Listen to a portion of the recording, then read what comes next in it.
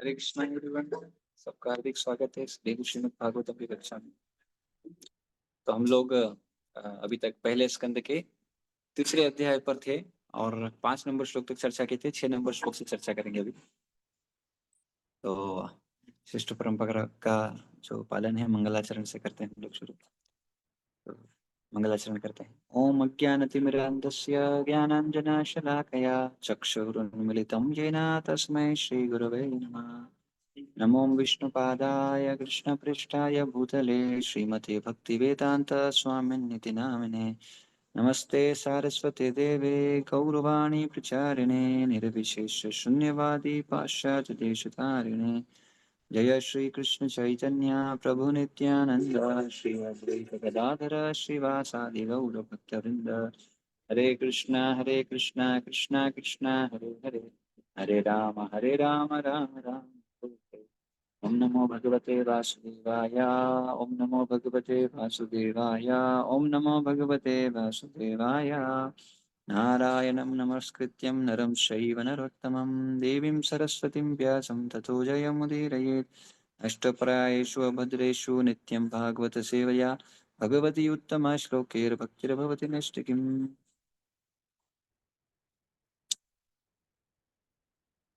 हरे कृष्ण। तो हम लोग अभी तक 4 प्रश्नों के उत्तर देख लिए। 4 प्रश्न। पहले प्रश्न था शौनकादि ऋषियों का कि मनुष्य का परम कल्याण किसमें है, तो हमने देखा था भक्ति।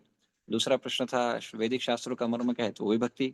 भक्ति की विधि वगैरह देखी थी। एंड देन चौथे प्रश्न का फिर उत्तर पहले दे दिए वो कि भगवान के जो पुरुष अवतार है उनका वर्णन करिए। वो वर्णन किए 3 पुरुष अवतार हैं, कारणोदक्ष या विष्णु या महाविष्णु, गर्भोदक्ष विष्णु और शिरोदक्ष विष्णु। एंड देन फिर हम देखे तीसरे प्रश्न का उत्तर दिए कि भगवान कृष्ण देवकी और वसुदेव के गर्भ से क्यों आते हैं, तो क्यों आते हैं ताकि अपने धाम में सबको आकर्षित कर पाए। अब प्रश्न ही आता है, ऐसा कैसे कोई बोल सकता है कि आकर्षित कर लेते हैं, क्योंकि जो भौतिकवादी लोग हैं वो तो कथा सुनते नहीं है और भक्त लोग सुनते हैं, तो सबके लिए कैसे हो गई कथा, कैसे हो गए कृष्ण। तो इसमें वही बोला ना, ऐसे प्रश्नों के उत्तर कौन देता है, कमेंटेटर सारे प्रश्न पूछ के लेते हैं तो वो उत्तर भी देते हैं उसके। तो हमारे आचार्यों ने बताया है कैसे।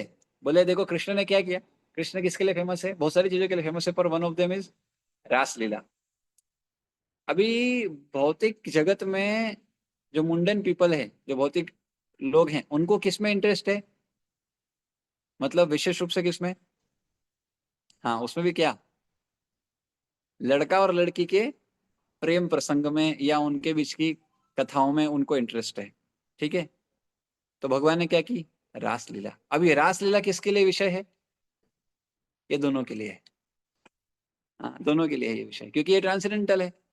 तो जिसके अंदर काम वासना है उसको भी खत्म करेगा। हाँ, किसके अंदर नहीं है सबके अंदर है, तो सबको शुद्धिकरण करेगा। लेकिन इसमें भक्त लोग डरते हैं। क्यों डरते हैं, क्योंकि रिकमेंडेशन है कि भैया डायरेक्ट मत पढ़ो। हाँ, तो भक्त लोग क्या करते हैं, पूरा भागवतम पढ़ लिए, बस वो रास 5 अध्याय छोड़ के पढ़ लिए, तो बोले ये क्या है, ये मानता है नहीं, ये तो शर्म करना चाहिए अपने को। तो वो जो रिकमेंडेशन है वो कब कब के लिए, वो शुरुआत के लिए, ऐसा नहीं कि हमेशा के लिए, जीवन भर आपको जाना ही नहीं, पढ़ना ही नहीं, सुनना ही नहीं, ऐसा नहीं है। तो दिस 5 अध्यायस are actually for all of every each and every individual. तो उससे क्या होगा, भगवान आकर्षित करते हैं सबको, क्योंकि ये कथा बाहर के लोग भी सुनना चाहते हैं। इसलिए देखो बाहर के लोग भी कथा में किस लिए आते हैं, बस वही उसी के लिए। रासलीला सुनाओ। प्रभुपाद को एक व्यक्ति आया, प्रभुपाद को बोले स्वामी जी राधा कृष्ण की लीलाएं सुनाइए। तो प्रभुपाद अन्नाद भवती भूतानि जनार्दन संभव। फिर बोले अरे लगता है स्वामी जी को सुनाई नहीं दिया, मैं पूछा क्या, उत्तर क्या दिया। फिर बोले अरे स्वामी जी थोड़ा रासलीला सुनाइए, राधा कृष्ण की लीलाएं सुनाइए। प्रभुपाद फिर से बोले अन्नाद भवती भूतानि जनार्दन संभव। तब फिर उसका दिमाग खराब हो गया, बोले स्वामी जी सुन नहीं रहे। तो उनके प्रोपा जी के शिष्य थे, उनको बोला अरे तुम्हारे स्वामी जी के कान में जरा जोर से बोलो, लगता सुना नहीं देता इनको। तो प्रोपा डिसाइपल प्रोपा के कान में बोले प्रोपा ही wants to hear Ras Lila of Radha and Krishna. प्रोपा said he may be qualified to hear, I am not qualified to speak. And therefore हाँ, वन शुड फर्स्ट अंडरस्टैंड अन्नाद भवति भूतानि पर्जन्यात् संभव, कि वही वाटर साइकिल समझो, ऐसे करके पूरा सिद्धांत समझो, उसके बाद उसमें जाओ। तो this is what the recommendation. इसका मतलब ये नहीं कि उसको जाना ही नहीं है, उसको जाना ही नहीं, उसको पढ़ना ही नहीं, ऐसा नहीं है। हाँ, तो इसलिए पढ़ना चाहिए। हाँ, लेकिन ऑफ कोर्स थोड़ा विचारों को समझ के कि क्या है वो, कैसी है। तो एनीवे, तो फिर ये इसलिए देखिए, तो भगवान सबको आकर्षित कर लेते हैं, करते हैं कि नहीं? बिल्कुल कर लेते हैं। अध्यात्मवादी को तो किए ही हैं, और जो भौतिकवादी हैं, उनको भी कर लिए, और रासलीला के माध्यम से। चलिए, तो अभी हम आगे जो पांचवा प्रश्न है उसका उत्तर अब दे रहे हैं। क्या है वो? लीला अवतार। तो अलग अलग लीला अवतार, सारे अवतार, अभी यहाँ 22 अवतार बताएंगे, 22 इनकारनेशन भगवान के बताने वाले हैं। क्या है? स एव प्रथमम देवा। प्रथम देव कौन है? कौमारम सर्गमाश्रित। कौमार कौन? चार कुमार। हाँ, कुमारस। नेक्स्ट लाइन में क्या है? चचार दुश्चरम ब्रह्मा ब्रह्मचर्यमखंडितम। सृष्टि के प्रारंभ में सर्वप्रथम ब्रह्मा के चार अविवाहित पुत्र कुमारगण थे, जिन्होंने ब्रह्मचर्य व्रत का पालन करते हुए परम सत्य के साक्षात्कार हेतु कठोर तपस्या की। तात्पर्य, इस भौतिक जगत की पहली उत्पत्ति, फिर पालन, और तब एक निश्चित कालावधि के बाद संहार होता रहता है। अतएव जीवों के पिता ब्रह्मा के विशिष्ट कोटियों के अनुसार सृष्टियों के भिन्न भिन्न नाम होते हैं। जैसा कि ऊपर कहा गया है, कुमार गणों की उत्पत्ति भौतिक जगत की कौमार सृष्टि में हुई। उन्होंने हमें ब्रह्म साक्षात्कार की विधि सिखाने के लिए स्वयं ब्रह्मचर्य रहकर कठिन व्रत का पालन किया। ये सारे कुमार शक्त्यावेश अवतार हैं। ये कठिन व्रत पालन करने के पूर्व ही योग्य ब्राह्मण बन चुके थे। तो ये सारे क्या है? शक्त्यावेश अवतार, शक्ति का आवेश होता है। इसी उदाहरण से यह सुझाव प्राप्त होता है कि मनुष्य को केवल जन्म से ही नहीं, अपितु गुण से ब्राह्मण की योग्यताएं प्राप्त कर लेनी चाहिए। यानी ब्राह्मण बनने के पहले ही ये सारे गुण प्राप्त कर चुके थे। हाँ,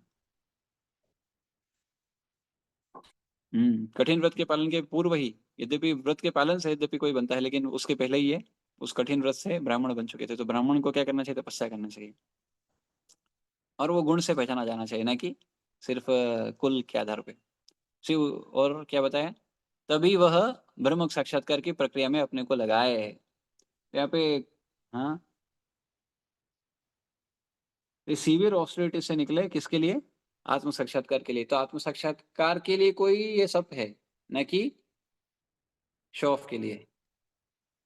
हाँ, तो कई बार सोचते हैं कि ब्रह्मचारी नहीं बनेगा तो भगवान की लीला में प्रवेश नहीं मिलेगा उसको। ऐसा ऐसा होता तो हमारे पंच तत्व में मेजोरिटी कौन है?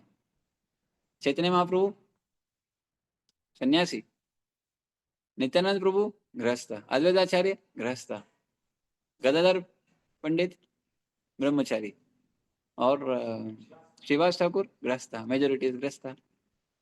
पर महाजनाज, 12 महाजनों में से 7 आप गृहस्थ, मेजोरिटी गृहस्थ। एंड कृष्ण की लीला में जब कृष्ण थे तो ब्रज में कितने ब्रह्मचारी थे?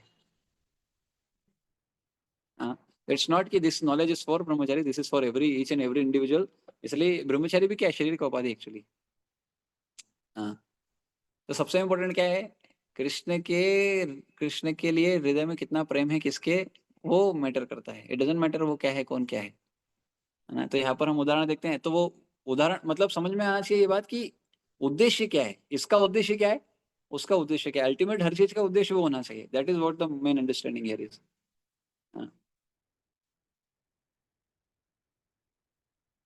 तो अभी दूसरा अवतार कौन है वो बता रहे हैं। द्वितीयम तो भवायास्या रसतल गता महिम। हाँ, कौन है? जो रसातल में जाके उठा के लाए थे, रसातल में। हाँ, उद्धरिष्यन्नुपादात यज्ञेश शोकरम वपु। हाँ, समस्त यज्ञों के परम भोक्ता ने सूकर का अवतार, द्वितीय अवतार स्वीकार किया, और पृथ्वी के कल्याण हेतु उसे ब्रह्मांड के रसातल क्षेत्र से ऊपर उठाया।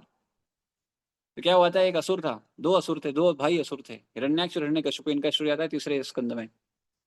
हाँ, तो इनने क्या किया? उनमें से जो बड़ा था हिरण्याक्ष, उसने क्या किया? हाँ, पृथ्वी को डुबा दिया। पृथ्वी को डुबा दिया मतलब पृथ्वी तैर रही है। हाँ, हाँ बिल्कुल। पर उसके ऊपर सब बैठे हैं, मतलब अगर वो कभी हम देखेंगे वो फिफ्थ कैंटो में 5वें स्कंद में वो आता है कैसे पृथ्वी है। तो पहले शेषनाग, अब शेषनाग तो पानी में तो नहीं टिक सकते ना, वो तो जल में जाना पड़ेगा, कैसे कितने समय तक वो बैठेंगे। हाँ, तो सबसे पहले कौन है? कच्छप, जो तैर सकते हैं। कच्छप है, रोक सकते हैं, कच्छप हैं भगवान, है ना। कश्यप अवतार में है, फिर उसके बाद में उनके ऊपर, हाँ फिर हाथी हैं, हाँ फिर उनके ऊपर शेष हैं, फिर उनके ऊपर हाथी हैं, इस तरह से वो पूरा फिर ये हमारा भूलोक, अ, ये सब आता है इस तरह से। तो कभी हम वो चर्चा करेंगे जब उसमें देखेंगे डिटेल में उसको पूरा। तो ये क्या किया था कि पृथ्वी को वहां से उठा के नीचे ले गया और डुबा दिया था। फिर बाद में भगवान आते हैं और इसलिए उनका देखिए, उनका मुंह ऐसा है, वराह, है ना, शुक्र अवतार, सॉरी, हाँ। एंड देन वो क्या बोलते हैं उसको, बोर बोर इनकारनेशन बोलते हैं उसको, क्या करते हैं पृथ्वी को अपने यहाँ पर लेके आते हैं। तो क्या होता है, ये असुर फिर आ जाता है लड़ने के लिए, बोले अरे मैं डूबा के आया तो उठा के आ रहा है। तो भगवान क्या करते हैं, उससे लड़ते नहीं है, वो आता है लड़ने के लिए, भगवान साइड से निकल जाते हैं यूं करके। तो बोले ये क्या बात है। तो भगवान वहां पर एक एक प्रोपद यहाँ पे आगे जब हम पढ़ेंगे तो उसमें आएगा कि one of the reason is क्यों किए ऐसा, क्योंकि भगवान वहां पर दिखा रहे हैं सबसे पहले व्यक्ति को क्या करना चाहिए, अपने हाथ की चीज करना चाहिए, बाद में बाकी सब देखेंगे। पहले जो हाथ में वो करना चाहिए, जो पहले जिस काम को के लिए गए हो वो काम करना चाहिए, बाकी सब बाद में। जो आया है तो ऐसा नहीं कि उसके बाकी पहले छोड़ के पहले इसको करना है, नहीं, जो हाथ में ले रखा है उसको पहले करने का। हाँ। यहाँ संकेत यह है कि भगवान के प्रत्येक अवतार के लिए उनके द्वारा संपन्न होने वाले विशेष कार्य का भी उल्लेख रहता है। बिना कार्य विशेष के कोई अवतार नहीं हो सकता, है ना। तो अभी कई बार वही वही प्रश्न आ जाता है, कई बार लोग सोचते हैं कि हमारे अंदर माता जी आई, हमारे अंदर आवेश हुआ, भगवान आए, ये हुआ वो हुआ, तो कुछ पर्पस होगा ना, ऐसे थोड़ी आए, ऐसे थोड़ी आगे जबरदस्ती हाँ बस आके और कुछ करना नहीं, ऐसा नहीं होता है। यहाँ से भी हम इस बात को समझ सकते हैं, यद्यपि ये तो भगवान के शक्ति आवेश अवतार के बारे में है, लेकिन सिद्धांत तो वही है। तो अतएव जीवों के पिता ब्रह्मा की विशिष्ट कोटियों के अनुसार सृष्टियों के भिन्न भिन्न नाम होते हैं, जैसे कि ऊपर क्या है, कुमार गणों की उत्पत्ति भौतिक जगत की, ये सॉरी एक तो दूसरा है, ऐसे कार्यों का किसी जीव द्वारा संपन्न किया जाना, बिना कार्य विशेष के कोई अवतार नहीं हो सकता, और ऐसा कार्य सदा ही अद्वितीय रहता है, ऐसा कोई और नहीं कर सकता। ऐसे कार्यों का किसी जीव द्वारा संपन्न संपन्न किया जाना असंभव होता है। शुकर का अवतार पृथ्वी को गंदे पदार्थ के रसातल भाग से बाहर निकालना था। गंदे स्थान में से कोई चीज उठाना शुकर का कार्य है, और सर्वशक्तिमान भगवान ने यह आश्चर्य असुरों को कर दिखाया, जिन्होंने पृथ्वी को ऐसे गंदे स्थान में छिपा दिया था। भगवान के लिए कुछ भी असंभव नहीं है। यद्यपि उन्होंने शुकर की भूमिका निभाई, तो भी वे सदैव दिव्य स्थिति में रहते हुए भक्तों के द्वारा पूजित होते हैं। तो भगवान कोई भी अवतार ले, उस स्थिति में भी वो पूजनीय है, ये हमको समझना पड़ेगा। कुछ भी एक्टिविटीज है वो हमेशा पूजनीय है, वंदनीय है, वो उनकी स्थिति है। तो ये enjoyer of all sacrifices bore अवतार है, इन्होंने अर्थ को उठाया, हाँ, जहाँ से जनरल इस तरह ऐसी जगह पर छुपा देता है जहाँ बहुत गंदा होता है, इसलिए भगवान शुक्र अवतार लेके आते हैं। फिर तीसरा अवतार क्या है, तृतीया मृषि सर्गम वे देवर्षि त्वमुपेत्य स। देवर्षि, देवर्षि कौन, देव ऋषि, देवर्षि नारद है ना।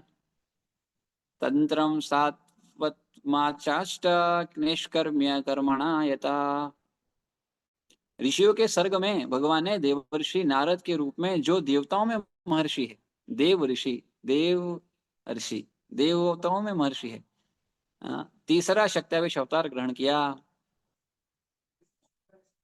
हाँ, उन्होंने उन वेदों का भाष्य संकलित किया जिनमें भक्ति मिलती है और जो निष्काम कर्म की प्रेरणा प्रदान करते हैं।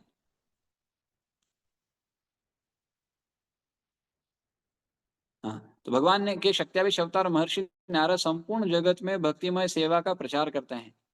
ब्रह्मांड में सर्वत्र विभिन्न लोकों में तथा समस्त योनियों के सारे बड़े बड़े भगवत भक्त उनके शिष्य हैं। हम भी किस परंपरा में, नारद मुनि की परंपरा में ही अपन। श्रीमद् भागवत के संकलन करता श्री व्यास देव भी उनके शिष्यों में से एक हैं।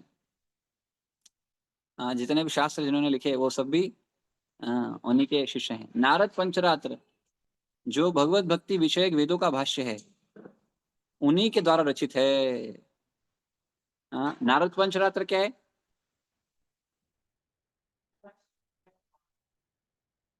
तो उसमें शिव जी बताते हैं। तो इसी विधि, यही जो नारद पंचरात्र है ना, इसी में डीटी वर्शिप जो हम अर्चा विग्रह की सेवा करते हैं वो यहीं से उठाया गया है, नारद पंचरात्र से। तो इसी पंचरात्र के हिसाब से हमारी सेवा विधि है जो हम डीटी वर्शिप करते हैं भगवान को। ये भी प्रामाणिक होना चाहिए, ऐसा नहीं कहीं से भी अपने मन से उठा लिया, ऐसा नहीं। इसमें हर एक का उद्देश्य है, क्यों दीपक लगाया जाता है, क्यों चामर है, क्यों मोरपंख है, ये सब बेसिकली जो हमारा शरीर है, हमारा जो ये भौतिक तत्व है, इन सबसे ही वर्शिप करना है। तो हर एक चीज एक एक को रिप्रेजेंट करती है।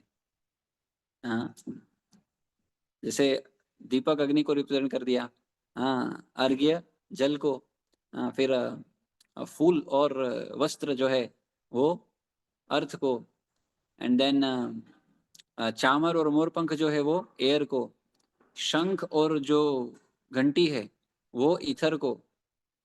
हाँ, और जब हम प्रणाम करते हैं तो हमारे अहंकार को छोड़ने के लिए हम प्रणाम करते हैं। हाँ, इस तरह से जब वेद मंत्रों का उच्चारण करते हैं तो वो माइंड इन सबको रिप्रेजेंट करता है।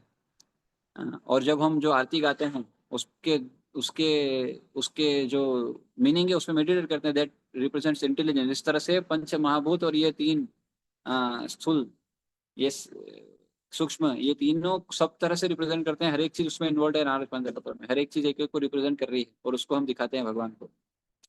ये सब क्यों ये है, क्यों ये है, ये सब जानना चाहिए हमको। ठीक है, तो इसलिए हम इस विधि को पालन करते हैं, क्योंकि इसमें हम क्या कर रहे हैं, पंचमहाभूत से भी पूजा कर रहे हैं भगवान को, वो भी ऑफर कर रहे हैं, क्योंकि इस दुनिया में जो भी भौतिक सृष्टि में जो भी भगवान के दिया हुआ है सबको पूरी तरह से हम ऑफर करते हैं। And therefore this is direct भक्ति। इसलिए deity worship is also direct भक्ति। डायरेक्ट भक्ति मतलब भक्ति का अंग है। 64 अंग है, 64 में से भी 5 जो मुख्य अंग हैं वो उसमें आते हैं। तो ब्रह्मांड में सर्वत्र विभिन्न लोग, ओके ये हो गया। नारद पंचरात्र जो भगवत भक्ति विषयक विश्व वेदों का भाष्य उन्हीं के द्वारा रचित है। यह नारद पंचरात्र कर्मियों को कर्म बंधन से मुक्ति दिलाने की शिक्षा देता है। देखिए, कर्म बंधन से मुक्त कर रहा है। बद्ध जीव अधिकांश सकाम कर्म के प्रति आसक्त होते हैं, क्योंकि वे अपने श्रम द्वारा जीवन का आनंद भोगना चाहते हैं। यह सारा ब्रह्मांड समस्त योनियों के सकाम कर्मियों से भरा पड़ा है।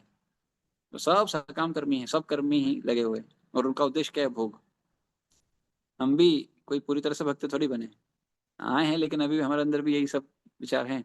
सभी प्रकार की आर्थिक विकास योजनाएं इन सकाम कर्मों में सम्मिलित हैं, किंतु प्रकृति का नियम यह है कि प्रत्येक क्रिया की परिणामकारी प्रतिक्रिया होती है, और कर्म करने वाला अच्छे या बुरे कर्म फल से बंधा होता है। अच्छे कर्म का फल तदनुरूप भौतिक संपन्नता है, जबकि बुरे कर्म का फल तदनुरूप भौतिक कष्ट होता है। फिर भी भौतिक दशाएं, चाहे वे तथाकथित सुख हो या दुख हो, अंततः दुख का ही कारण बनते हैं। सुख में भी दुख, दुख में भी दुख, दुख ही दुख, क्योंकि ये संसार दुखालय शाश्वतम। इसमें एक ही चीज शाश्वत है, दुख। हाँ, कोई ना कोई दुख आएगा, ये नहीं तो दूसरा, वो नहीं तो तीसरा, ऐसा करके आने वाला है। मूर्ख भौतिकतावादी को यह पता ही नहीं होता कि मुक्त अवस्था में शाश्वत सुख कैसे प्राप्त करना चाहिए। श्री नारद इन मूर्ख सकाम कर्मियों को बताते हैं कि किस तरह वास्तविक सुख प्राप्त करना चाहिए। वे संसार के रुग्ण मनुष्यों को निर्देश देते हैं कि किस प्रकार उनके वर्तमान पेशे से उनका आध्यात्मिक उत्थान हो सकता है। वैद्य दूध की बनी वस्तु खाने से अपच से पीड़ित रोगी को दूध से ही बना दही खाने का उपचार बताता है। किसी को दूध खाने से अगर अपच हुआ तो क्या बोलते हैं, भाई तुम दूध का ही दूध भी खाना, लेकिन थोड़ा सा विकृत रूप में, क्या, दही खाने। तो दही क्या करेगा, आपको डाइजेस्ट करेगा। अतः रोग का कारण तथा उसका उपचार एक ही हो सकता है, किंतु उपचार करने वाले नारद के समान ही कुशल वैद्य होना चाहिए। भगवद गीता का भी यही उपदेश है कि अपने श्रम के फल से भगवान की सेवा करनी चाहिए। इससे निष्कर्म या मुक्ति का पथ सुलभ हो सकेगा। ऐसा नहीं बोलते कि आप जो कर रहे हो वो छोड़ना है, आप जो कर रहे हो उसको भगवान को समर्पित करना है। हाँ। पर ऑफ कोर्स ये धीरे से शुद्ध करेगा, क्योंकि आप पहले कर्म फोकस हो, फिर उसका रिजल्ट ऑफर कर रहे हो। लेकिन क्या हो अगर कोई कर्म ही भगवान के लिए करे, वो ज्यादा श्रेष्ठ है। इसलिए भगवान ने गीता में अलग अलग व्यक्ति के अलग अलग चीजें बताई है। कोई एक ही चीज को उठा ले तो वो सही नहीं है, उसकी स्थिति जानना चाहिए और उसके अनुसार उसके लिए क्या है वो जानना चाहिए। हाँ, तो 3 अवतार हो गए, नारद मुनि हो गए। हाँ, 9। चौथा अवतार है तुर्ये धर्म कला सर्गे नर नारायण ऋषि। ये नर नारायण ऋषि, ये नर ऋषि कौन है पता है? ये बहुत बहुत जबरदस्त है। क्यों? क्योंकि क्या हुआ था, इंद्र ने इनकी तपस्या भंग करने के लिए किसको भेजा? अप्सरा को भेजा। तो इनने क्या किया, उनने बोला अरे तुमको अप्सरा चाहिए, बोले हम तुमको भेंट करते हैं अप्सरा, तुम क्या हमको दोगे? मतलब वो इसलिए वो उर्वशी कहाँ से प्रकट हुई? हाँ, हाँ, वो जब थोड़ा सा रब किए जंगा को, और वहां से उर्वशी का प्रकट हुआ। बोले तुम क्या हमको अप्सराएं दोगे, हम तुमको अप्सरा देते हैं, लो। मतलब हमको इससे कोई दिक्कत ही नहीं है। तो देवर लाइक, हाँ, तो कामदेव बहुत खतरनाक है। कामदेव क्या करते हैं? कामदेव ऐसे होते हैं जो दो को एक करते हैं, दो लोग एक हो जाते हैं। काम के वशीभूत होके। तो कोई दो से एक होते हैं, कोई एक के दो होते हैं। हाँ, तो इसलिए बहुत मुश्किल है काम वासना को कंट्रोल कर पाना। इसको वही व्यक्ति कंट्रोल कर सकता है जिसने शुरू से इससे बच गया, अदरवाइज बहुत मुश्किल है। हाँ, तो प्रभुपाद से कोई पूछा, प्रभुपाद मुझे मुझे ये समस्या है, क्या करना चाहिए? तो प्रभुपाद कुछ नहीं बोले। तो उसको लगा शायद प्रभुपाद ने कुछ उत्तर दिया। फिर दूसरी बार फिर से पूछा अलग तरीके से। हाँ, मतलब उन्होंने पूछा प्रभुपाद ये काम वासना को कैसे कंट्रोल करना है? प्रभुपाद बोले इसको नहीं कर सकते। फिर दूसरी बार फिर उन्होंने दूसरे तरीके से प्रश्न पूछा, तो ऐसे कैसे? प्रभुपाद बोले नहीं कर सकते। फिर जाते जाते प्रभुपाद बोले एक ही उत्तर दिए, क्या? गोविंद इच्छा। हाँ, बोले आप अपने आप से नहीं कर सकते, सिर्फ गोविंद इच्छा से ही जाने वाली है। And therefore one can not control anything. If Krishna mercifully allow us, then we can do, otherwise we can't do। अरे संसार से निकलना इतना आसान है क्या? इतना आसान होता तो फिर हर कोई निकल लेता। जिस पे भगवान के हित की कृपा है वही निकल सकता है, अदरवाइज इतना आसान नहीं है। इसलिए वो कृपा को प्राप्त करने के लिए हम क्या करते हैं? साधना करते हैं। ताकि साधना से क्या होगा? साधना करने से क्या होगा? साधना सिद्ध तो नहीं हो पाएंगे, कृपा सिद्ध हो सकते हैं। तो भगवान की जब कृपा को आकर्षित करेंगे तो वो कृपा से हम सिद्ध हो सकते हैं। तो अभी हमारे पास साधक देह है, सिद्ध देह नहीं। साधक देह में सबको समस्या होती है, सिद्ध देह होने के बाद समस्या नहीं होगी, या समस्या होगी तो उससे प्रभावित नहीं होगी। जैसे आप देखो जो आचार्य गण हैं, वो आचार्य गण यद्यपि तो नित्य मुक्त है, लेकिन फिर भी वो साधक शरीर को स्वीकार किए और बाद में सिद्ध देह में आते हैं, दिखाने के लिए, है ना? तो ये कौन है? नर नारायण ऋषि। भूतवात्म पशमोपेता मकरा मकरो दुष्शरम सपा। चौथे अवतार में भगवान राजा धर्म की पत्नी के जुड़वा पुत्र नर तथा नारायण बने। नर कौन है? अर्जुन। और नारायण कौन है? भगवान नारायण। फिर उन्होंने इंद्रियों को वश में करने के लिए कठिन तथा अनुकरणीय तपस्या की। तो राजा ऋषभ ने अपने पुत्रों को उपदेश दिया था। कहाँ उपदेश दिया ऋषभ देव ने? 5वें स्कंद में, 5वें स्कंद के 18वां अध्याय शायद, if I am not wrong. या उपदेश दिया था कि भगवान का साक्षात्कार करने के लिए तपस्या ही मनुष्य का एकमात्र कर्तव्य धर्म है। तो तपस्या करना पड़ेगी भैया, बिना तप के नहीं हो सकता, बिना तपस्या के नहीं हो सकता। तपस्या करनी पड़ेगी हर भक्त को, हर भक्त को तपस्या करनी चाहिए। शुरू कहाँ से होती है? सुबह जल्दी उठ के स्नान करने से, भगवान का नाम जप करने से। ये तपस्या हर एक को करना पड़ेगा। कोई बोले कि मैं उठूंगा नहीं, जप नहीं करूंगा तो भगवत धाम जाऊंगा, तो ये ऐसा ही है जो सोया हुआ है और बोल रहा है कि क्या मैं कोई काम कर सकता? अरे सोया हुआ व्यक्ति कैसे काम करेगा? सोया व्यक्ति काम कर सकता? सोए उठना पड़ेगा उसको। हाँ, तो उठना पड़ेगा और उठ के थोड़ा तपस्या करना पड़ेगा। हाँ, एकादशी व्रत ये सब करना जरूरी है। हम सोचते हैं कि अरे भगवान तपस्या से, नाम से मिल जाएंगे। अरे नाम के लिए, नाम करने के लिए भी तपस्या करना पड़ेगा, सारे डिस्ट्रक्शन से दूर रह के फोकस करना पड़ेगा, तब जाके। हाँ, बहुत इंपॉर्टेंट है ये सब समझना।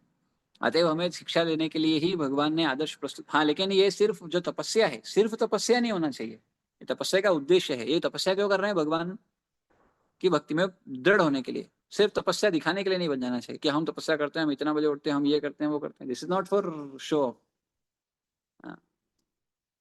तो मनुष्य का एकमात्र कर्तव्य धर्म है। अतएव हमें शिक्षा देने के लिए ही भगवान ने आदर्श प्रस्तुत करते हुए स्वयं ऐसा किया।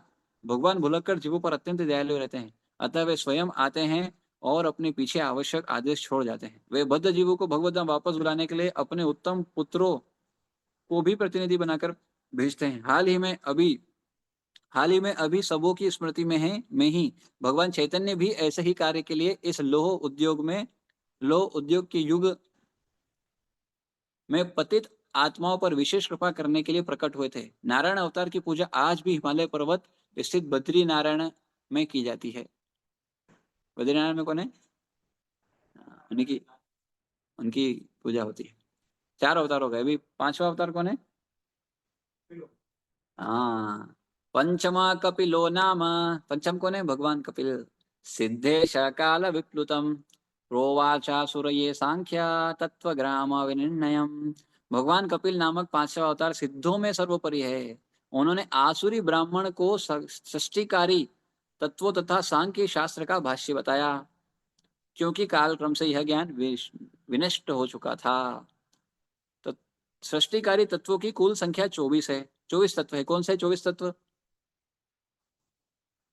हाँ, 5 पंच महाभूत, फिर पंच महाभूत से उत्पन्न 5 विषय, रस, स्पर्श, गंध, हाँ, क्या, हाँ, हाँ, तो इस तरह से ये पंच महाभूत के अलावा पंच महाभूत से उत्पन्न होने वाले 5 इंद्रिय विषय, रस रूप गंध स्पर्श, हाँ, रस रूप गंध स्पर्श और एक और है, और हाँ, नहीं नहीं, रस रूप गंध स्पर्श, एक और तो है, मैं बोल रहा हूँ। एंड देन हमारी 5 और 5 10 इंद्रियां, 5 ज्ञानेंद्रिय, 5 कर्मेंद्रिय, 10 10 20, फिर मन बुद्धि अहंकार 23, हाँ, और 24वां नहीं, 24वां इसमें नहीं, इसमें है सृष्टि कार्य, ये सृष्टि की थोड़ी है आत्मा। हाँ, वो है प्रधान, प्रधान या महत्तत्व जिसको हम बोलते हैं, वही, जिससे फिर सब आता है। तो ये 24 है, फिर 25वां बताएंगे आगे, अगर समझना है तो फिर 25 और 26 में आत्मा परमात्मा बताते हैं। हाँ, सांख्य शास्त्र का भाष्य बताया, ओके। तो सांख्य दर्शन में इनमें से प्रत्येक तत्व की विशद व्याख्या की गई है। सांख्य दर्शन को यूरोपीय विद्वानों द्वारा सामान्य रूप से तत्व दर्शन कहा जाता है। सांख्य का व्युत्पत्तिरक व्युत्पत्तिपरक अर्थ है जो भौतिक तत्वों के विश्लेषण द्वारा अच्छी तरह से व्याख्या करे। भगवान कपिल ने इसे सर्वप्रथम किया, जिन्हें यहाँ पर 5वां अवतार कहा गया है। फिर 5 अवतार हो गए, छठे अवतार में कौन है? हाँ, षष्टमत्रेरपत्यत्वां वृत्ता प्राप्तो अनसूयया, अनुसूया, अनुसूया के गर्भ से आए। आन्वीक्षी किमल किमल्लरकार्य प्रहलादिवश्य उचिवान। पुरुष के छठे अवतार अत्रि मुनि के पुत्र थे। वे अनुसूया की प्रार्थना पर उनके गर्भ से उत्पन्न हुए थे। उन्होंने अलर्क, प्रहलाद तथा अन्यों यदुहेय आदि को आध्यात्मिक विषय में उपदेश दिया। सृष्टि, हाँ, हाँ, भगवान ऋषि अत्रि तथा अनुसूया के पुत्र दत्तात्रेय के रूप में अवतरित हुए। ब्रह्मांड पुराण में पतिव्रता पत्नी के प्रसंग में भगवान द्वारा दत्तात्रेय के रूप में अवतार लेने की कथा का वर्णन हुआ है। उसमें कहा गया है कि ऋषि अत्रि की पत्नी अनुसूया ने ब्रह्मा विष्णु तथा शिव की समक्ष प्रार्थना की, हे प्रभु, यदि आप मुझ पर प्रसन्न हैं और मुझसे वर मांगने को कहते हैं तो मेरी प्रार्थना है कि आप तीनों मिलकर मेरे पुत्र बने। उन्होंने यह प्रार्थना स्वीकार की और भगवान ने दत्तात्रेय के रूप में आत्मदर्शन की स्थापना की तथा अलर्क, प्रहलाद, यदु है आदि को विशेष रूप से इसका उपदेश दिया। तो ये यहाँ पर अभी कितने अवतार हो गए? 6 अवतार हो गए अभी तक। नारायण एक ही अवतार है, और यहाँ पे अत्रि के पुत्र, अत्रि और अनुसुईया के पुत्र दत्तात्रेय आए। हाँ। अब इसके बाद जो अवतार आएंगे वो हम कल देखेंगे, समय हो गया एक्चुअली। हाँ, 7वें अवतार के रूप में, हाँ, यज्ञ, अकुति और प्रजापति रुचि के बेटे के रूप में आते हैं यज्ञ अवतार। तो इस तरह से अवतारों का वर्णन हो रहा है। ये कुछ अवतार का वर्णन है, इसमें भी धन्वंतरी भी आएंगे। धन्वंतरी कौन थे? हाँ, धन्वंतरी आयुर्वेद, हाँ, आयुर्वेद जो है धन्वंतरी से ही आया है, भगवान धन्वंतरी से आया है। आयु का विज्ञान, तो वही ना, अमृत कलश लेके आए और फिर उसके बाद वो पूरा इसलिए धन्वंतरी की, भगवान धन्वंतरी की पूजा करते थे, इनको लंबा आयु चाहिए, क्योंकि ऐसा। हाँ, एनीवे, तो यहाँ फिर कल्कि का अंतिम अवतार भी आएगा। इस तरह से अवतारों का वर्णन कर रहे हैं शब्द। 5 छठे पांचवें प्रश्न के रूप में, और फिर छठे प्रश्न का उत्तर देंगे बाद में। Anyway, हम यहाँ पर विराम देते हैं। जय ग्रंथा श्रीमद् भागवतम की जय। श्रील प्रभुपाद की जय। जय गौतम।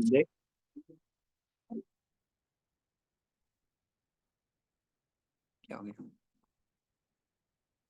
यस, तो यहाँ पर एंड करते हैं। Thank you everyone.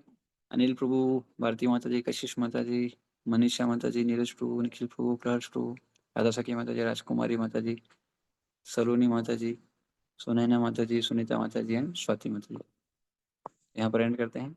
शिल प्रभुपाद की जय। निताय गौर प्रेमानंदे। हरे कृष्ण।